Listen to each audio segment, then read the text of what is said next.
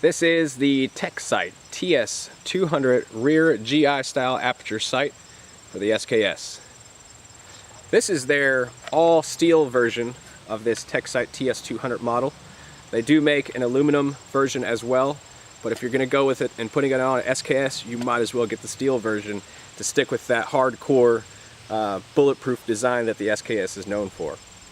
This is a really nice sight. If you guys are looking to improve your sight picture on your SKS, this is something very easy to go with and very proven in that is an aperture sight. You'd know that the typical SKS has a 3-dot, so to say, sight picture and is a little bit shorter than what you see now. You go from here to here and then throw in this rear sight on there. Now you have a very long sight picture, which really adds to accuracy shooting.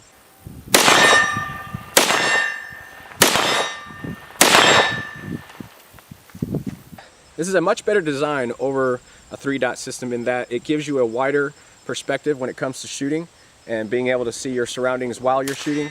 When you're going for a 3-dot sight picture, you pretty much lose everything from here down in your sight picture. Going to an aperture sight, it really opens up your entire viewing area looking down that sight picture. A lot of guys that shoot the AR-15 and have those style sights know exactly what I'm talking about. And if you're looking to improve your SKS sight picture, this would really do you well. This is a really nice sight. Again, this is the TS200, fully adjustable up, down, left, and right rear aperture sight. This is the all steel version. I had a couple of videos out a while back on this one, but I had the aluminum version. And I had a how-to video on how to install it, so if you're looking to get one of these and you need some installation instructions, follow that video and it'll really help you out.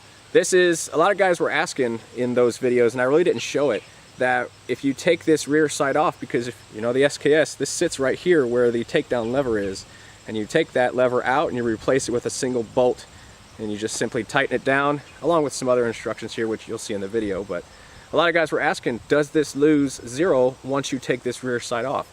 And the answer is no, it really doesn't.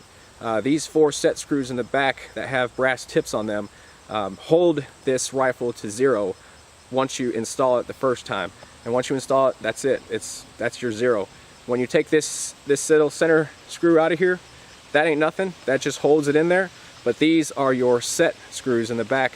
That is what keeps your 0. So once you do this back part here and you do it right, you're never going to lose 0. Now I know what a lot of you SKS guys are thinking, that you don't want to do anything to alter your SKS too much.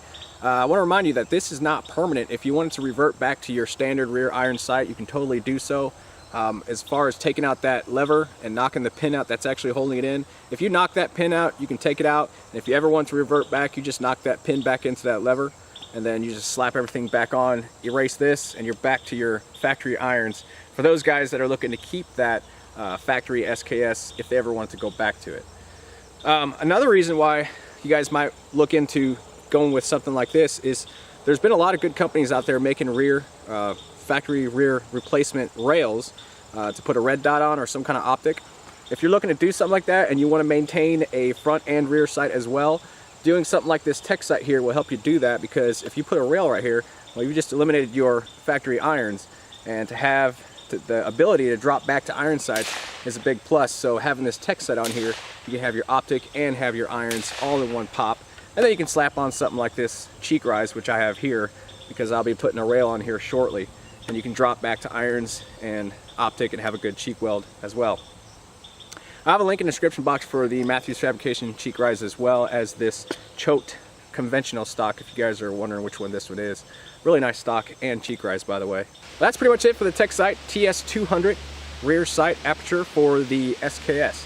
If you guys want to check them out, again, we'll have a link in the description box below for you guys to check them out. I want to say thanks to TechSights for sending this one out our way to show you guys again.